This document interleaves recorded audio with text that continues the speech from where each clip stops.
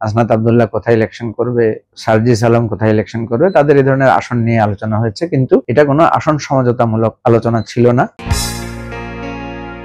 গতকাল রাত্রে 10টায় ঠিকানায় খালেদ মহিউদ্দিনের যে টক শোটা আছে, সেই লাইভ টক শোতে যে আলোচনা হয়েছে, সেই আলোচনা এক পর্যায়ে আমি একটা কথা বলেছি যে রাজনীতির পর্দার অন্তরালে অনেক কিছু হয়। সে কথা প্রসঙ্গে বলতে গিয়ে আমি একটা সমঝোতার কথা বলেছি আর কি, যে মানে বিএনপির সাথে এনসিপির একটা এরকম বৈঠক হয়েছে যেখানে সিট সমঝোতার একটা আলোচনা হয়েছে।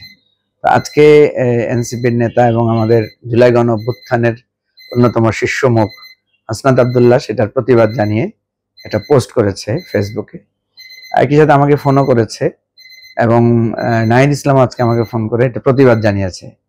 হাসনাত আব্দুল্লাহ যেটা বলেছে যে এটা একটা মানে অসত্য এবং ভিত্তিহীন কথা এবং এটা বিভ্রান্তিকর। তা আমি বিষয়টা জানিয়েছি যে কোত্থেকে আমি এটা জানলাম। বিএনপির একজন খুবই সিনিয়র নেতার বাসায় এই ধরনের একটা বৈঠক হয়েছে বলে ওই বিএনপি নেতাই আমাকে জানিয়েছে।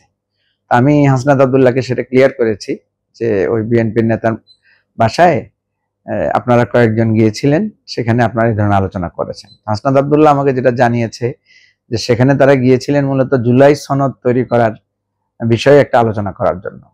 এটা নির্বাচনী সমঝোতামূলক কোনো আসন সমঝোতার আলোচনার বিষয়বস্তু সেখানে ছিল না, কিন্তু সেখানে ওই নেতার পক্ষ থেকে জানতে চাওয়া হচ্ছে তারা কোথায় কে ইলেকশন করবে, হাসনাত আব্দুল্লাহ কোথায় ইলেকশন করবে, সার্জিস আলম কোথায় ইলেকশন করবে, তাদের এই ধরনের আসন নিয়ে আলোচনা হয়েছে, কিন্তু এটা কোনো আসন সমঝোতামূলক আলোচনা ছিল না। এবং নাহিদ ইসলাম আমাকে বলেছে যে এটা এনসিপির পক্ষ থেকে কোনো ইনিশিয়েটিভ না। এটা যদি কেউ বলে থাকে সেটা ওনাদের হয়তো কোনো একটা চিন্তা, হয়তো ওনারা বলতে পারেন।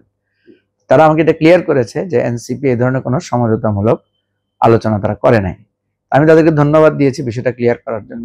আর যেহেতু বিএনপির নেতার সোর্সে আমি এটা জেনেছি, আমি ওনার কাছ থেকেও বিষয়টা একটু ক্লিয়ার হয়ে নেব।